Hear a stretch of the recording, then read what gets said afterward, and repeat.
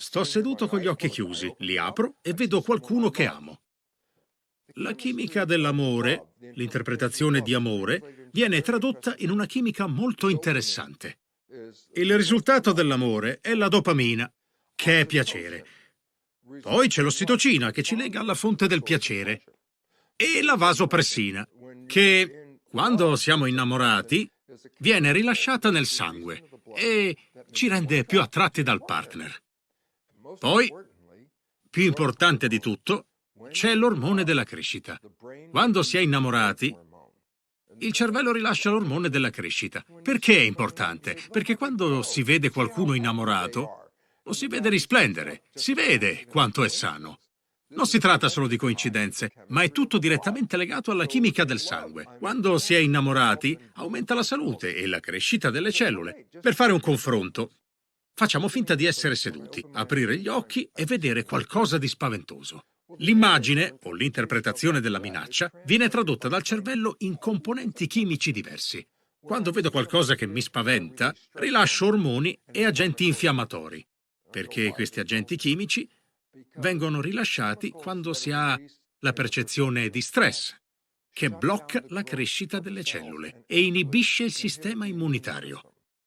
C'è da chiedersi perché si fa questo al proprio corpo, perché si dovrebbe bloccare la crescita e spegnere il sistema immunitario. Il fatto è che quando si percepisce una minaccia, si attiva quello che viene chiamato il sistema adrenalinico, il sistema del combatti o scappa. Se si viene rincorsi da una tigre, quanta energia vuoi liberare per scappare? Facciamo un altro esempio. Se si ha un'infezione batterica, il sistema immunitario chiede energie per combattere questa infezione. Richiede un sacco di energia e per questo, quando si è malati, si è stanchi. È il sistema immunitario che lavora. Se si ha un'infezione e allo stesso tempo si sta scappando da una tigre, il corpo è in carica per la distribuzione di energie. Quindi, quanta ne darà per combattere l'infezione e quanto per scappare dalla tigre? La risposta è che darà il 100% dell'energia per scappare dalla tigre, perché se non si sfugge alla tigre, l'infezione non sarà più un problema in ogni caso. L'idea è che quando si prova paura, tutte le energie disponibili del corpo andranno usate per fuggire o combattere. Si blocca la crescita e si ferma il sistema immunitario. La chimica del sangue sposta la genetica dell'attività della crescita alla protezione. Si escludono a vicenda perché non si può essere in entrambi gli stati nello stesso momento.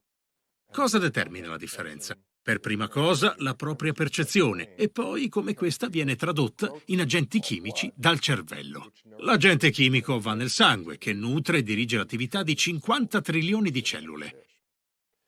E questo è il significato di come un pensiero può cambiare la genetica della propria attività, perché i pensieri vengono riconvertiti in agenti chimici dal cervello. Possiamo generare il concetto di paura in qualcuno. Possiamo dirgli che il lavoro non è sicuro, che possono apparire dei nemici, che il cibo non è sano e che l'inquinamento è una minaccia. La percezione della paura rilascia una chimica che, appunto, blocca la crescita delle cellule e ferma il sistema immunitario. Bloccare la crescita per un adulto che non ha bisogno di crescere vuol dire che si ferma la riproduzione di cellule e noi ne abbiamo bisogno, perché ne dobbiamo rimpiazzare milioni ogni giorno. Indipendentemente dall'età, si cresce ogni giorno. Se la paura blocca la crescita, interferisce con la vita.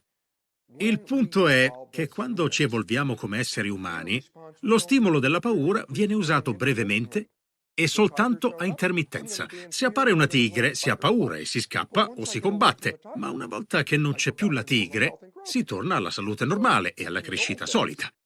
Nei tempi passati la paura veniva usata per brevi periodi di tempo e se accade per così poco, spegnere il sistema immunitario non è un problema.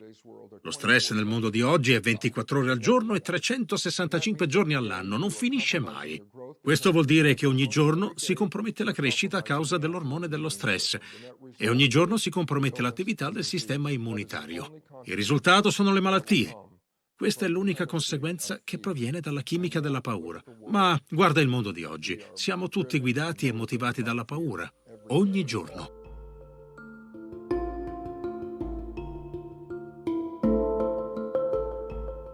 bisogna parlare di una cosa che tutti conoscono. L'effetto placebo. Se sto male e vado dal medico, questo può dirmi che ha una medicina nuova, la migliore per guarire la malattia che ho. È viola, molto più potente. E mi guarirà di sicuro. Così entro nella percezione che questa medicina mi guarirà. La prendo e miglioro. Poi scopro che invece di una medicina era un placebo. C'è solo una domanda importante da fare.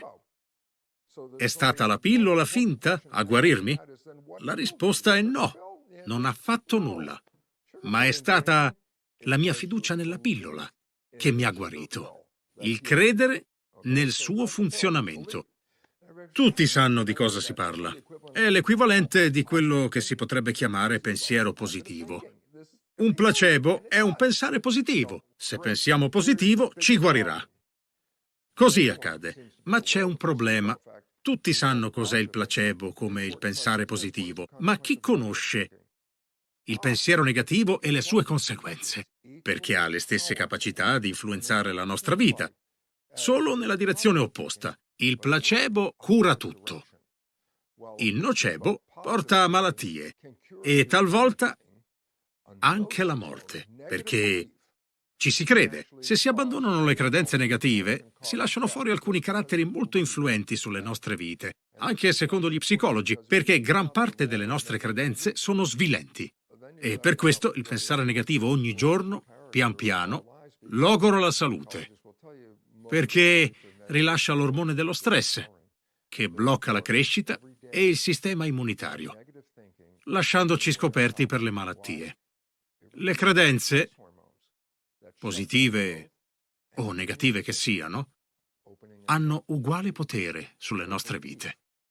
Lavorano soltanto in direzioni opposte. La situazione che affrontiamo ogni giorno è che viviamo secondo programmi per il 95% del tempo. L'aspetto significativo della salute è che le persone crescono acquisendo comportamenti secondo cui quando si è malati bisogna andare dal dottore. La mamma è malata e va dal dottore, tu sei malato e vai dal dottore. Che cosa impara un bambino piccolo da questo? Impara che quando si tratta di salute non sono io quello responsabile del prendersene cura, ma il dottore. E così prendiamo l'opinione del dottore come verità assoluta. Siccome la funzione della mente è quella di prendere le nostre credenze, cioè la verità che vediamo, e di convertirle in biologia, una verità negativa può portare a una biologia negativa. Molte diagnosi sono particolarmente negative e hanno un effetto come quello nocebo, con una credenza negativa che occupa la mente.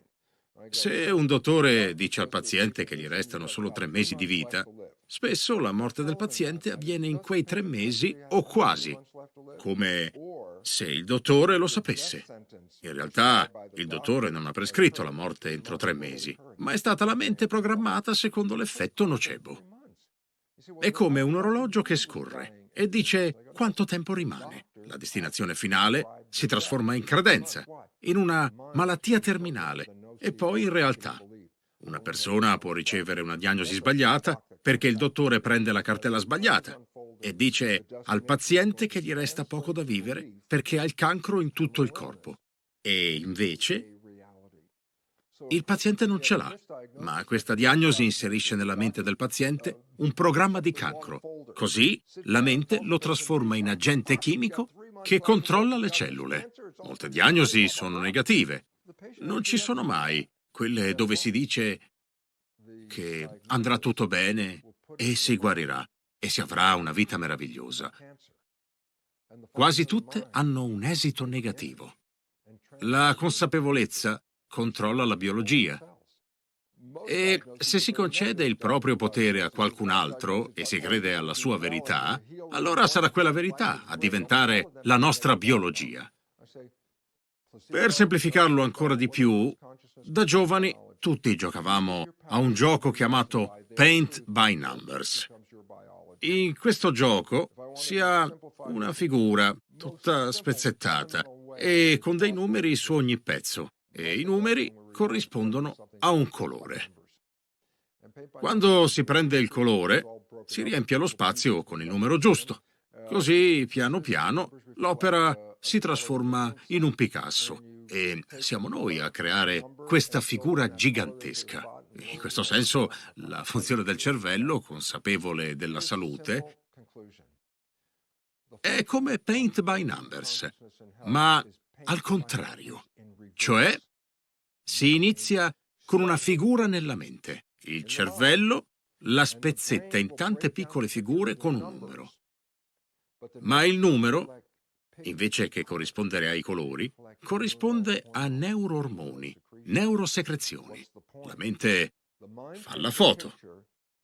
Il cervello la converte in agenti chimici che poi aggiustano il corpo, in modo da dare 3 dimensioni a quella foto.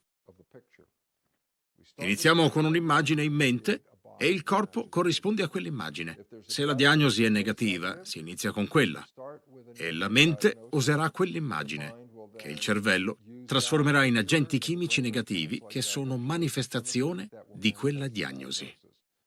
Se i dottori dicono che si morirà in 3 mesi, succederà, non perché doveva andare così, ma perché l'immagine, il nocebo, la credenza negativa si trasforma in biologia.